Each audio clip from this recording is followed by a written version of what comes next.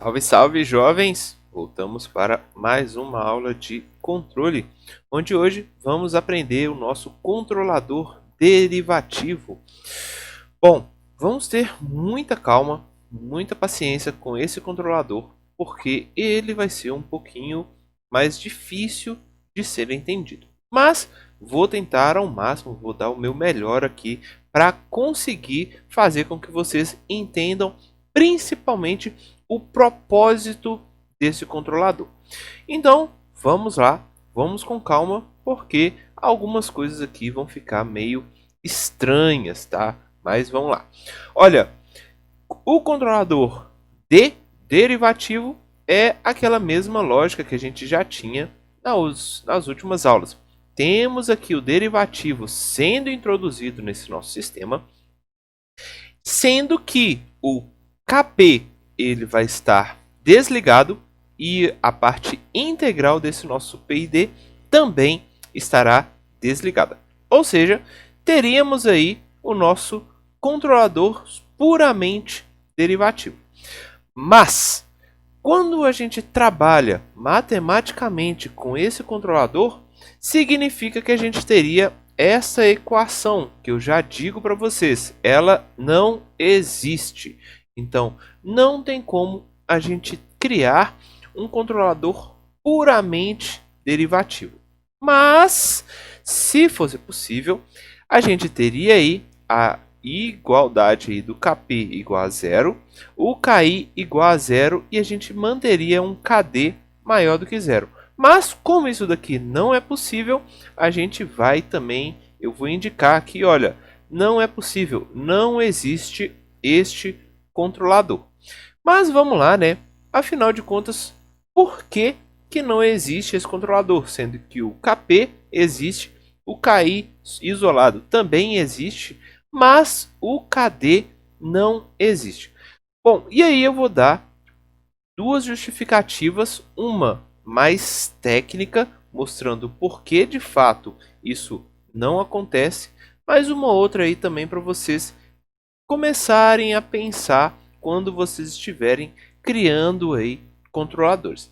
A primeira é a seguinte, olha, uma das coisas que a gente geralmente indica é que o número de polos nesse nosso sistema tem que ser igual ao número de zeros que está nesse sistema.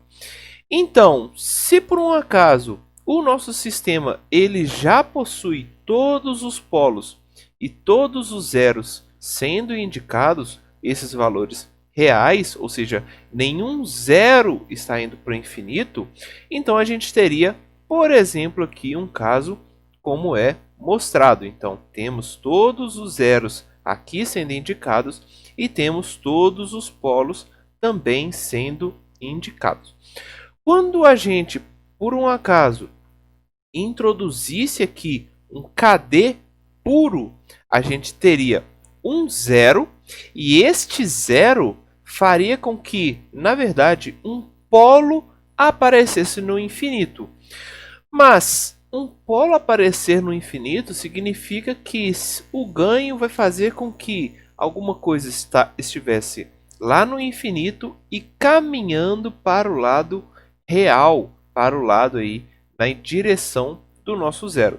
Então, essa ideia de criar um polo no infinito já é um negócio meio estranho para a gente, já é algo que não é muito palpável. Então, na maioria dos sistemas, ou melhor dizendo, em todos os sistemas, a gente vai necessitar que o número de polos seja pelo menos igual ou ainda maior do que o número de zeros. Então a gente não poderia, de certa forma, ter o contrário, o número de zeros maior do que o número de polos. Isso é um negócio meio estranho. Mas, além disso, porque isso daqui a gente também teria um problema quando a gente introduzisse um controlador PD, que também a gente precisa tomar esse cuidado. Mas, além disso, o controlador D puro, ele seria responsável por introduzir um zero exatamente em cima da origem. E aí, esse exatamente em cima da origem, a gente vai ter uma lógica um pouco estranha, que seria o seguinte: vamos tentar fazer uma analogia lá com o nosso integrador. Quando a gente faz a integração, quando a gente introduz um polo na origem, a gente sabe que este polo vai estar responsável aí por ficar somando valores e somando valores, somando valores e atuando aí nesse nosso controlador. Quando a gente cria este KD, este S, exatamente na origem, a gente teria a ideia de que essas componentes que a gente estaria, de certa forma, derivando, baseado aí na nossa ideia do integral, esses valores que a gente estaria derivando, eles seriam indicados, ou eles poderiam criar aí atuações futuras. Ou seja, enquanto o nosso integral, a parte integral desse nosso PID, ele trabalha com coisas passadas, o derivativo ele estaria dando a ideia de que alguma coisa no futuro vai acontecer. E essa coisa no futuro, a gente já estaria atuando com ela muito antes. Que é o que a gente chama também de sistemas anticausal ou ainda sistemas não causal, onde a gente trabalha com coisas somente do futuro, ou também a gente pode ter informações de entradas presentes e informações futuras. Mas essa ideia de informações que vão estar no futuro é um negócio muito estranho. Então, isso daqui para a gente não vai ser possível. Então, essa ideia do derivativo de criar ou estabelecer informações de erros no futuro, a gente não trabalha. Mas, seguindo mais ou menos essa lógica, significa então que o nosso controlador derivativo ele vai trabalhar com antecipações de cenários futuros. A gente ainda vai trabalhar, a gente ainda vai ter essa ideia de coisas que vão acontecer no futuro. Mas eu vou mostrar para vocês de uma forma um pouco mais fácil de como que existe essa relação aí com coisas do futuro. Mas o propósito do derivativo é, portanto, antecipar, criar essas previsões e acelerar a resposta desse nosso controle. Como assim antecipar ou acelerar coisas?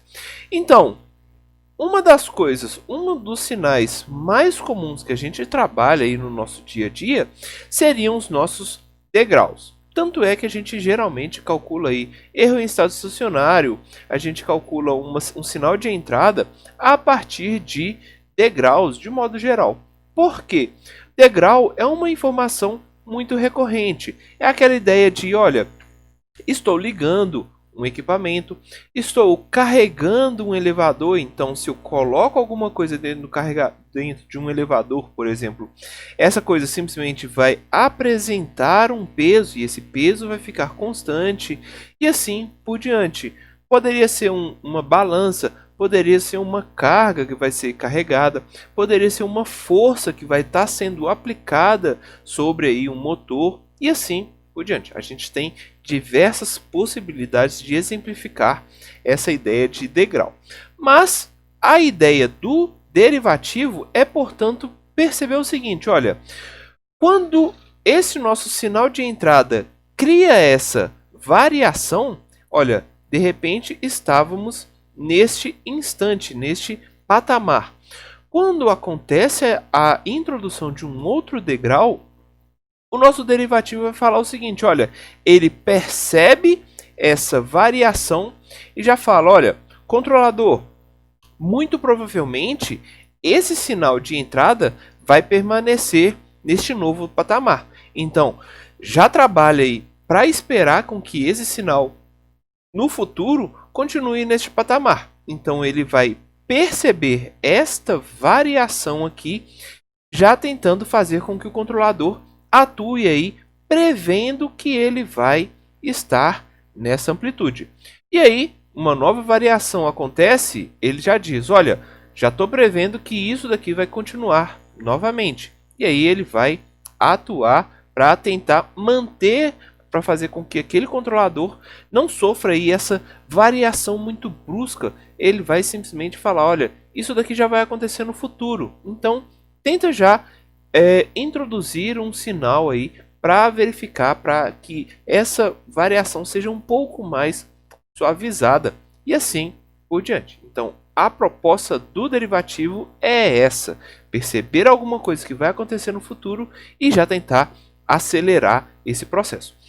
Só que isso também acontece com os nossos sinais de erros.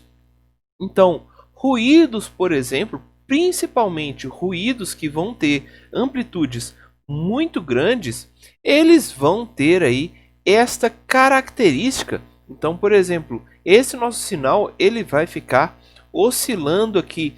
Só que esse sinal ele não tem essa característica de um degrau. Ele na verdade aqui estaria mais próximo de pequenos impulsos variados, com amplitudes variadas e também com direções variadas. Poderia ser positivo, poderia ser negativo e assim por diante.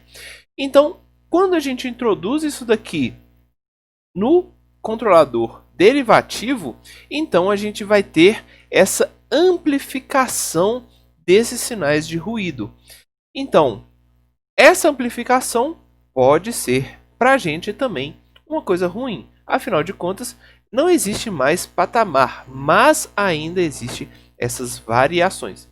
Ou seja, dependendo do sistema, se existirem aí sinais com frequências muito elevadas, o derivativo ele está amplificando, ele está tornando esses sinais de frequência alta mais destacados. E aí ele seria como um filtro de passa altas frequências. E aí, baseado nesse sistema, baseado nesse cenário, a gente vai ter que trabalhar, a gente vai ter que tomar cuidado, porque ao amplificar esses ruídos, a gente pode, por exemplo, fazer com que o nosso sistema torne-se instável. Então, por isso também, o controlador derivativo ele tem que ser trabalhado com muita cautela, com muito cuidado.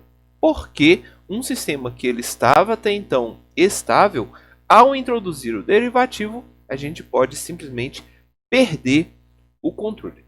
Beleza? Bom, esse daqui é a característica desse nosso controlador derivativo, aquele que vai prever o futuro, vai ter a visão além do alcance. Sabemos agora todas as nossas partes do nosso controlador PID. Basta agora a gente introduzir, a gente trabalhar aí com essas associações que a gente vai ver também nas próximas aulas. Valeu, gente! Até mais!